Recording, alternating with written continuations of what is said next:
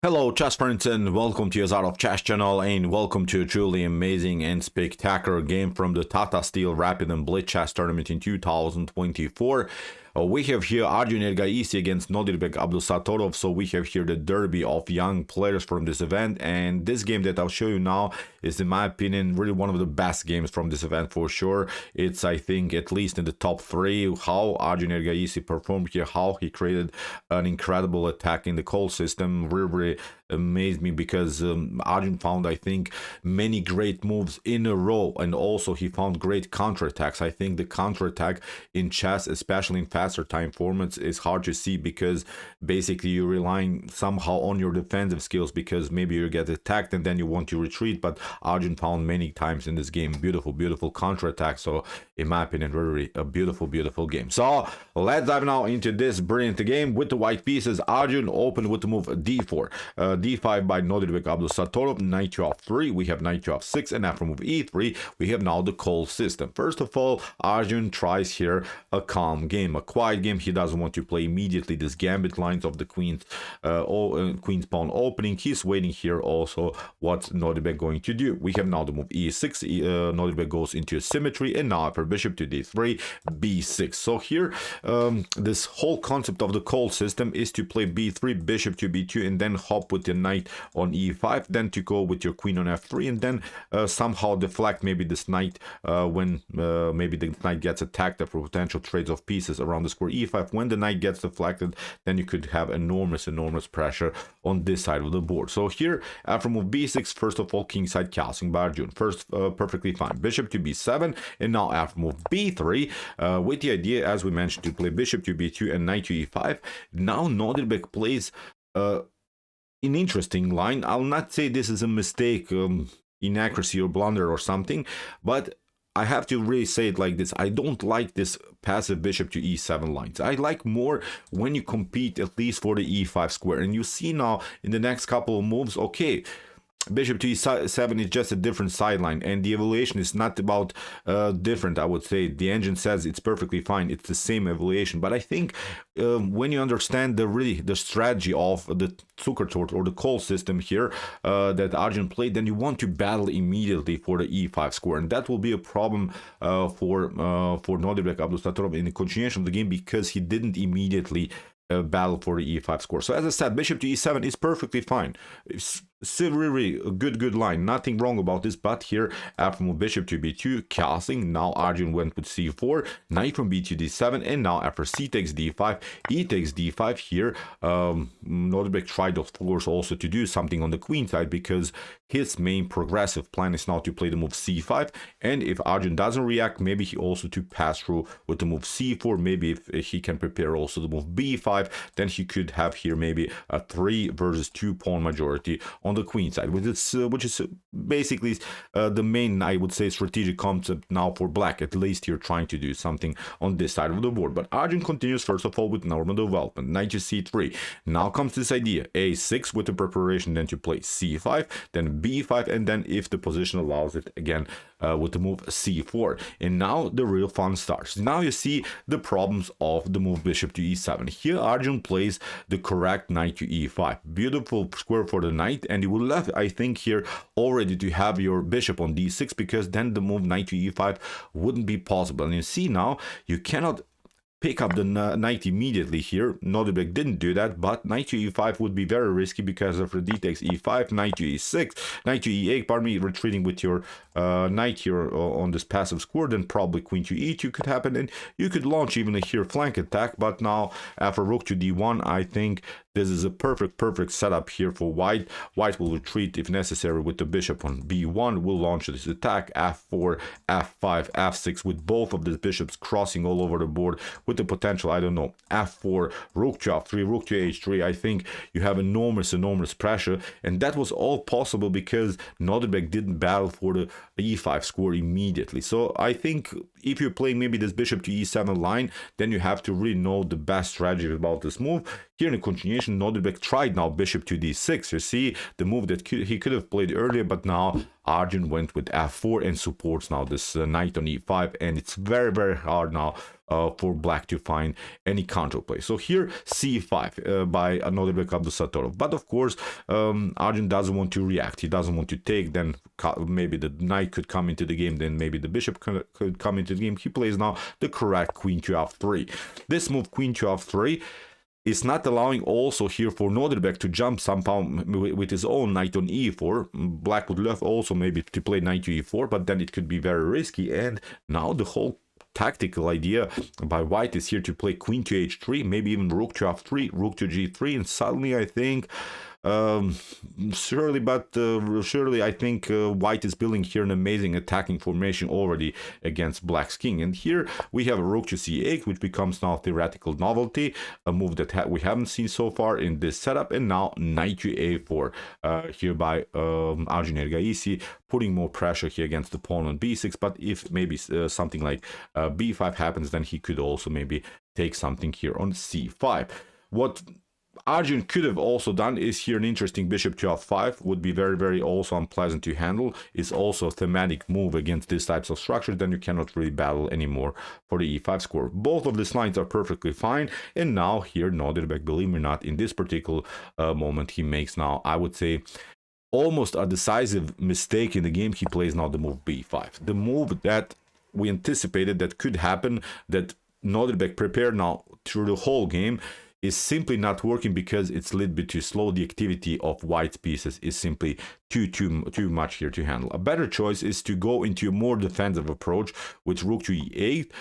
This is now the only line here. Believe me or not, this position seems like, I don't know, it's not that nothing going on, but this position is already very, very tricky, because now comes this idea that we have talked about, queen to h3, and if you don't react, let's see now just a bad move, how dangerous this attack can be. Then you have this beautiful tactical shot with knight to d7. Then after queen to d7, you have this one, bishop to h7 would deflect actually the knight from the defense of the queen. You would be forced to play something like this, and now you play bishop to f5, and this could be game over. So in order to stay in the game here after potential queen to h3, I'm showing you this line because I think this is a thematic attack by white in this cold Zucker torch setups.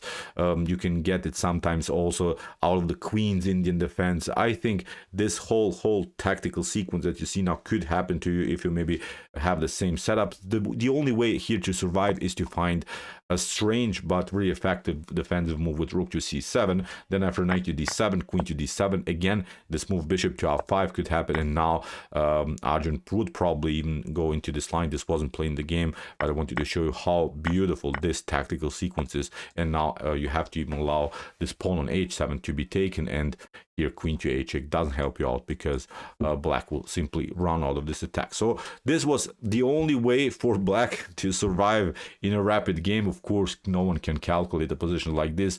It's, I think, more of a theme that you have to know how to defend when you reach this position. You have to be really familiar with this pictures that could happen in these types of positions, in these types of structures. So no one can of course calculate, but I think we can be really familiar with the basic tactical concept. So this was the only way, rook to e8 as we said, and then to go with rook to c7, somehow get out of this attack. But b5 was too risky because Arjun plays now the correct knight takes d7. This was the way to go.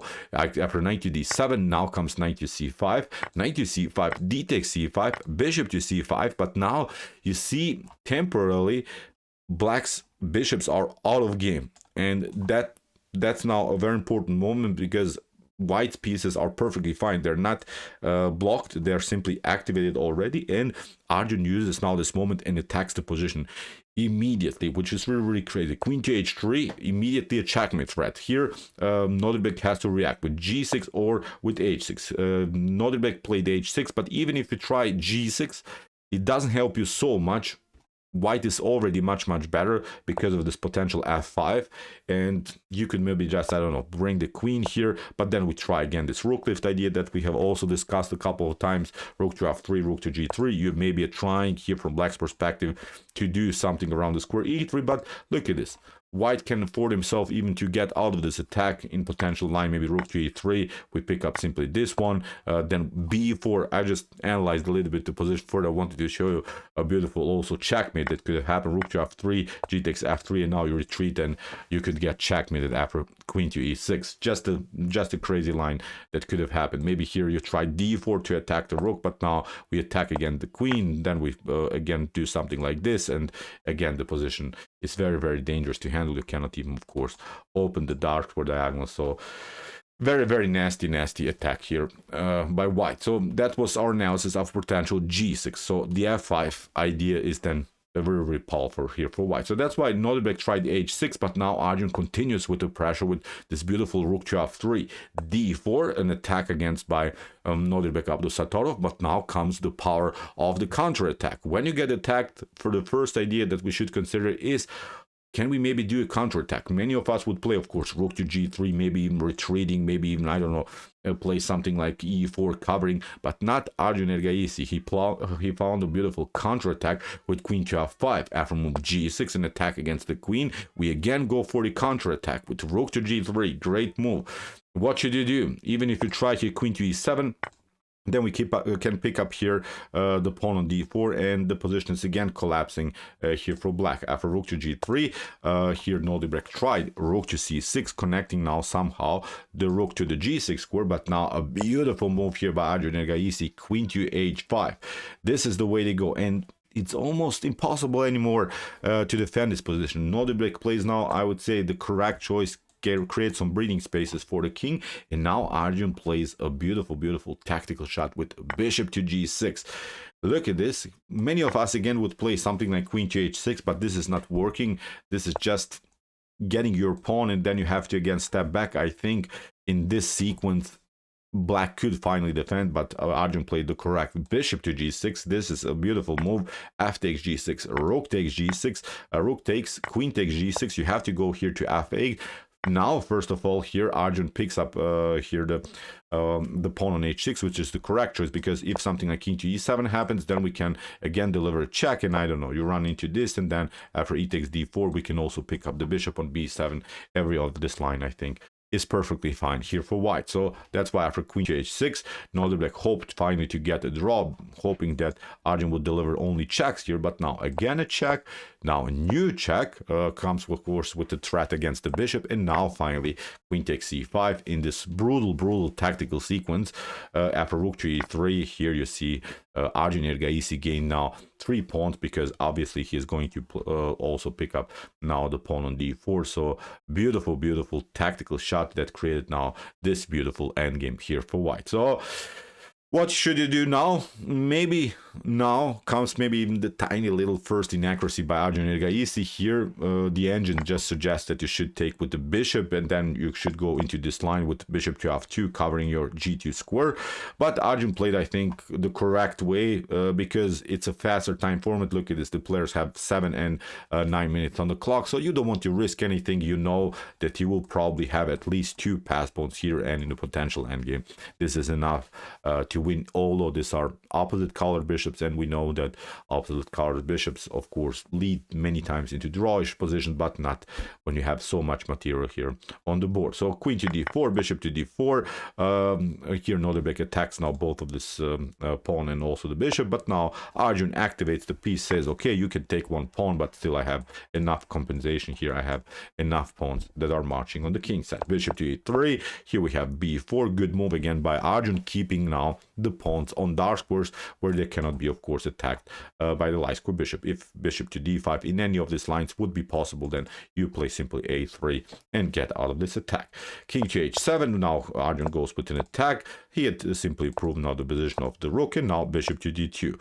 Nodirbek goes now for the pawn on a2, but now again a good move, I would say, by Arjun, simply activating the king, allowing even here this pawn to be taken, but now this king is well placed, the pawns are rolling, the rook is centralized, the bishop has a good activity, great endgame technique again here by Arjun Erigaisi. Rook to a3, and attacking against the king, and now new check with again centralization, further activation of the king. We have now rook to h3, and now bishop to f4. In some lines, of course, also trying to move bishop to g3, rook to h8, now a check.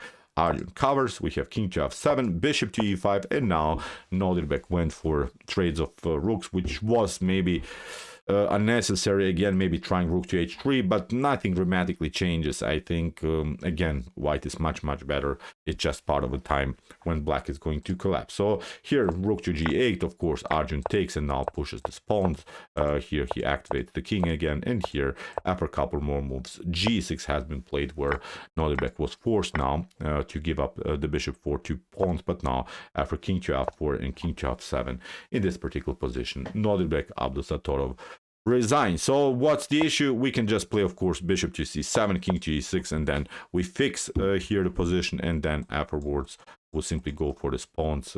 You can always play sort of a Zugzwang if you need a move, sort of. For instance, black tries something like this, you go like this. If you tries like this, then we just follow the king, and then in one moment we go here, then he has to step back, and now finally we get the pawns.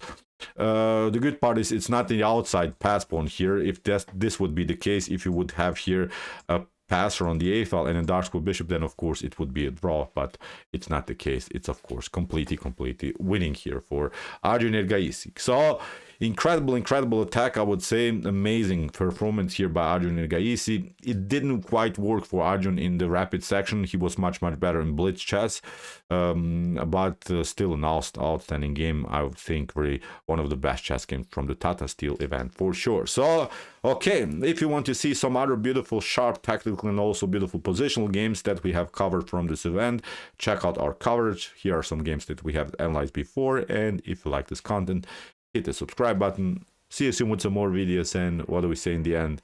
Chess is the best, of course.